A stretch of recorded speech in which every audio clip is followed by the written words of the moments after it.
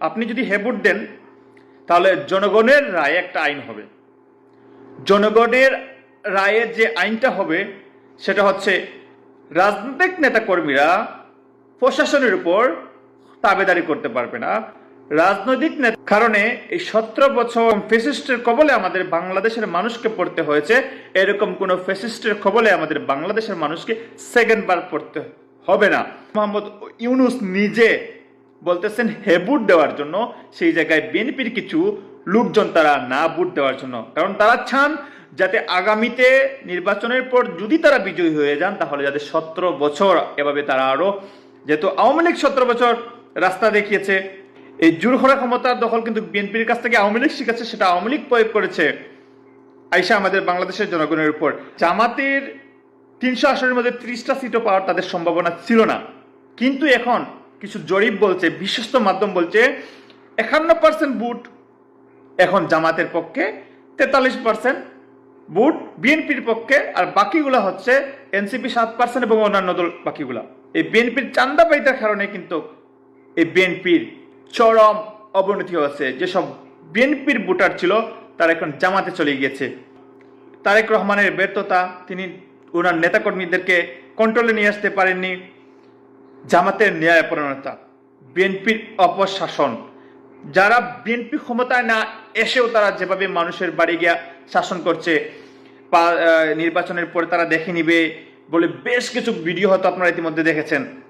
তারা ক্ষমতায় না এসেও তারা ক্ষমতার পাওয়ার দেখাচ্ছে।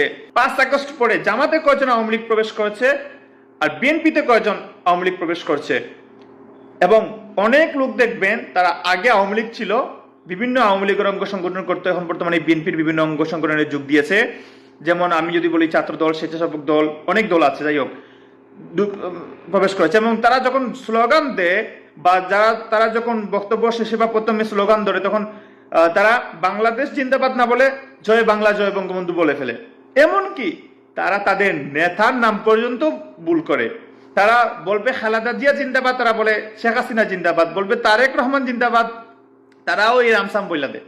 তো চিন্তা করেন তাদের অগোছালো দল, তাদের দুর্নীতি, মানে এই যে জামাত এত শীর্ষে যাওয়ার কারণ কি? কারণ মানুষ দেখতেছে ভোট তো কাউকে দিতে হবে, এত বছর পর সুষ্ঠু নির্বাচন হবে, ভোট তো কাউকে দিতে হবে। তাই তারা চিন্তা করতেছে যে কাউকে না কাউকে আমরা এবার ভোট দিব, তবে জামাত সবচেয়ে বেস্ট। আমরা জানি জামাত ইসলামিক দল হিসেবে কি কেমন দেখেন, কিন্তু রাজনৈতিক দল হিসেবে যে তারা 100% ফেয়ার যদিও না, তবে বিএনপির চাইতে অনেক অনেক ভালো সেটা আমরা জানি। তাই হয়তো আমরা তাকেই নির্বাচিত করতে যাচ্ছি।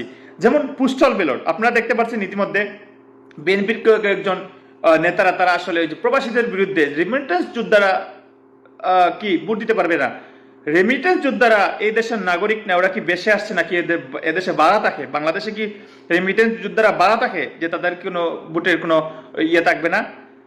খুবই সুন্দর একটি আইন করা হয়েছে যে প্রবাসীরাও তাদের ভোট দিতে পারে, সিস্টেম নেওয়া হয়েছে। সেটাও এখন বিএনপি নাক গলায়, কারণ ওই যে বাংলাদেশে বিশেষ করে যারা রাজনৈতিক সাথে জড়িত, তারা বিএনপি যারা করে তারা তো মনে করেন কিছু মালফানি আছে তাই করে, প্রবাসী যারা আছে তারা তো মালফানির দাঁড়ে দাঁড়ে না, তাই তারা যাকেই সৎ যোগ্য মনে হবে তাকেই তো ভোট দিবে। কারণ ওইখানে তো মালফানি দেওয়ার সিস্টেম নাই বাবা।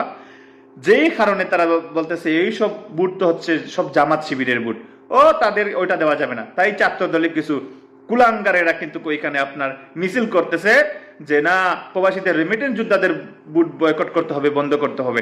কত বড় কুলাঙ্গার হইলে চিন্তা করেন, একটা দলের হয়ে তারা প্রবাসীদের বিরুদ্ধে কথা বলে। আমরা প্রবাসে আছি বলে ভাই আমাদেরকে এত আমরা যদি 1 মাস 2 মাস রেমিটেন্স বন্ধ করে দিই, বাংলাদেশের অর্থনীতিতে কি পরিমাণ ভয়াবহ রূপ ধারণ করবে। তখন দেশ চালাইতে পারবেন? প্রবাসীদের বিরুদ্ধে শুধু কথা বলতে পারবেন, কিন্তু প্রবাসীদের বিরুদ্ধে গেলে কি হবে সেটা হয়তো কল্পনাই করতে পারেন না।